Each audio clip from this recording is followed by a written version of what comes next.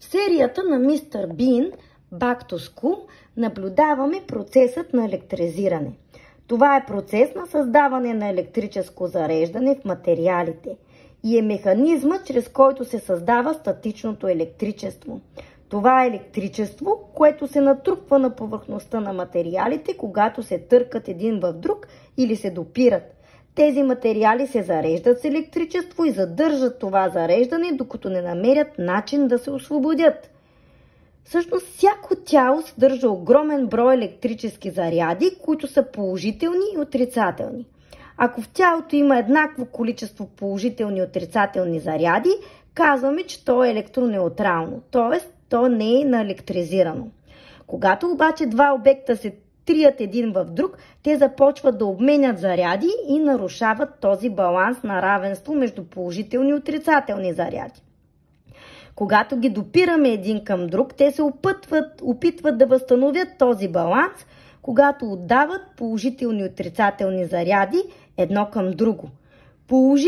Двете тела, ако са положително заредени, се отблъскват, но ако са положително или отрицателно, т.е. разноименно заредени, се привличат. Затова се случва и залепването за листът, хартия на ръката на Мистер Бин, за подметката и вдигането на полата на жената.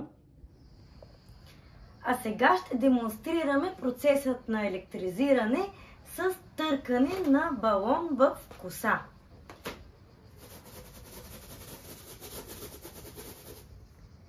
Привличат ли се космите? Усещам ги, че се привличат. Какво всъщност се случва? Когато търкаме балонът в косата, космите прехвърлят електрони, отрицателно заредени частици към балона.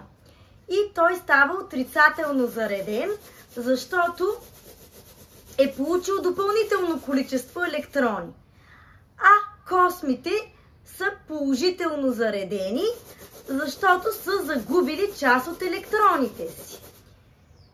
Космите се раздалечават един от друг, защото имат едноименни знаци. Те са положително заредени и се отблъскват.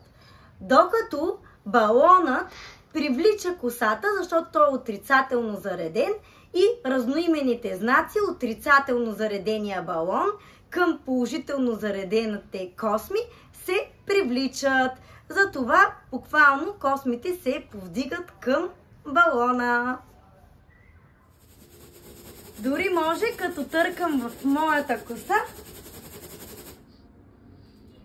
да повдигнем нейната.